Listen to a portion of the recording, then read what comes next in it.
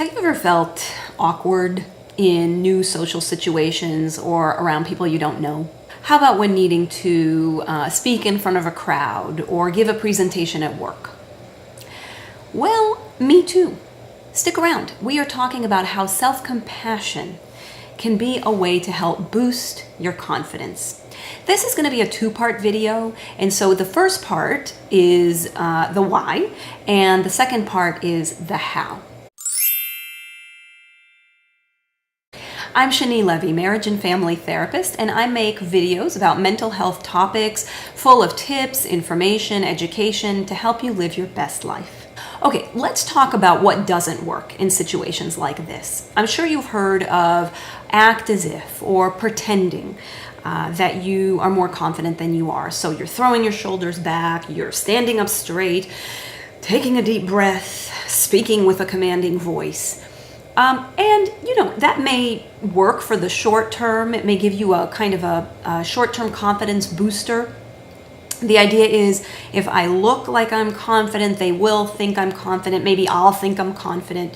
The problem is that we are not very good at conning ourselves, and it's a lot of work. So it's not the best long-term solution. Another ineffective tactic that a lot of us have used, none of you watching the video, of course, is to put down the other people in the room, thinking they're not so great. So that means I must be okay. We do this in the hopes that by putting others down, we bolster ourselves. We think, it actually helps us counter that thought, that painful thought of I'm not good enough. And again, it's short term because we end up feeling, it actually negates our basic human emotional need for connection, togetherness, to feel included. It creates more of that separation between us and them. Another ineffective tactic that we want to watch out for is that self-criticism, that over-the-top beating yourself up. That may sound like I'm so stupid, I failed again, I'm such a failure, why do I keep doing this?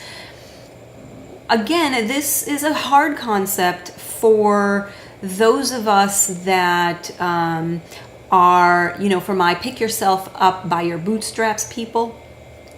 If you're one of these, you know what I'm talking about. It can feel like it's the only way to get through something difficult, that you have to whip yourself through it. The thing is, there is another way. There's another way that actually offers you a building up effect rather than a tearing you down. And that is self-compassion. Self-compassion when we need it most, during those difficult experiences or emotional times, will actually bolster your resilience. And studies have shown this. It will give you a feeling of, I can handle this.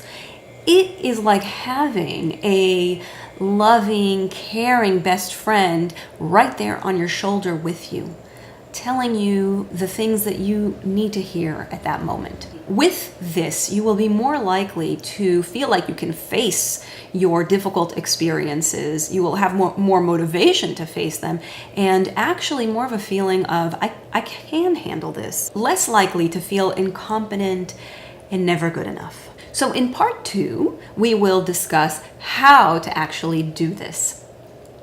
Thank you so much for watching, and again, subscribe. Please subscribe so that you don't miss part 2 and any of my other videos. And thank you, as always, for liking, for commenting, for asking any questions in the comments below. Thank you so much.